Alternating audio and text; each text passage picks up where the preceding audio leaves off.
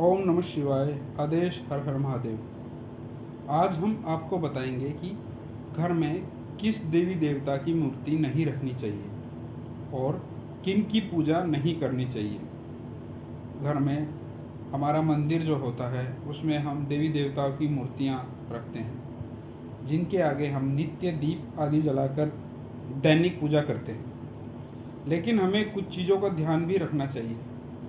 भगवान ने शास्त्रों के अनुसार कई रूप लिए थे और हम उनके अलग अलग रूपों की पूजा करते हैं। आइए हम आपको बताते हैं कि देवताओं की किस स्वरूप की पूजा दैनिक पूजा में नहीं करनी चाहिए और कौन कौन सी मूर्ति घर के मंदिर में नहीं रखनी चाहिए। इनमें सबसे पहला स्थान आता है नटराज शिव।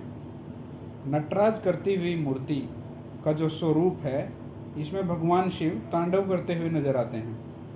वास्तु के अनुसार ना हमें इस स्वरूप की पूजा करनी चाहिए और ना ये मूर्ति घर के मंदिर में होनी चाहिए।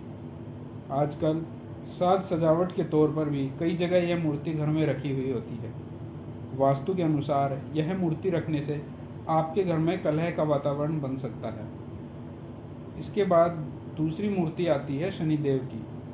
वैसे तो शनिदेव को न्यायाधीश कहा जाता है और वो कर्म के देवता हैं।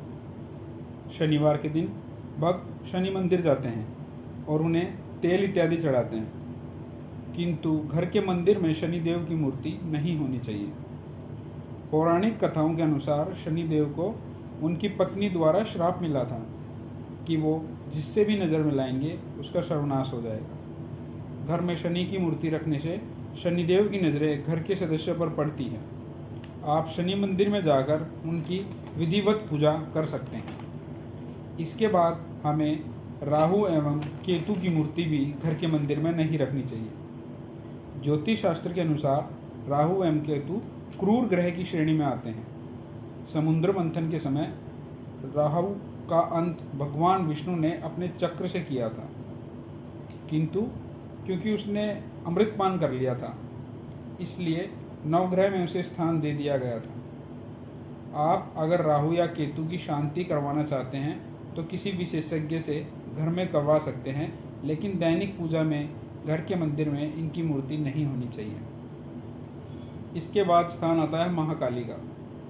माता काली का जो स्वरूप है वो माता दुर्गा का ही स्वरूप है, जिसमें माता क्रोध अवस्था में रहती है और इस स्वरूप की पूजा के काफ़ी नियम होते हैं। इनके भोग प्रसाद हमेशा नियम से देने होते हैं। भगत साधक एवं तांत्रिक माता के इस स्वरूप की पूजा करते हैं। आमजन को माँ दुर्गा के सौम्य स्वरूप की ही मूर्ति घर में रखनी चाहिए, क्रोधित अवस्था वाली महाकाली की नहीं। इसके बाद अगली मूर्ति है भैरवनाथ की। भैरवनाथ को शिव का ही अवतार कहा जाता है। भैरवनाथ की उत्पत्ति भगवान शिव के क्रोध से हुई थी और उन्होंने नाखून से ब्रह्मा का 5वां सिर धड़ से अलग कर दिया था। इस विषय में हमने पहले ही चैनल पर वीडियो बनाई हुई है, आप चैनल पर जाकर उसे देख सकते हैं।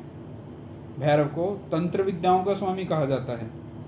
ये महाकाली के साथ साथ ही चलते हैं। जितने भी तंत्र यंत्र होते हैं वो सब भैरवनाथ के अधीन हैं।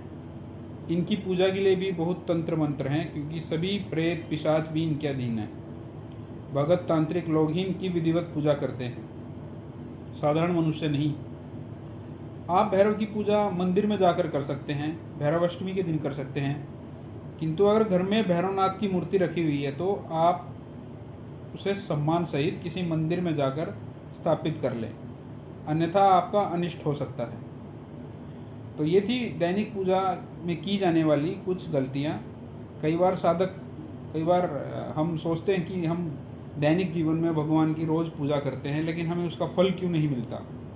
तो इस प्रकार की गई गलतियों से भी आपको कष्ट हो सकता है।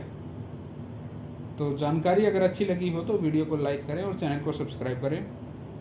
भगवान भोलेनाथ आप सबकी मनोकामना पूरी करें। हर हर महादेव। जय महाकाल।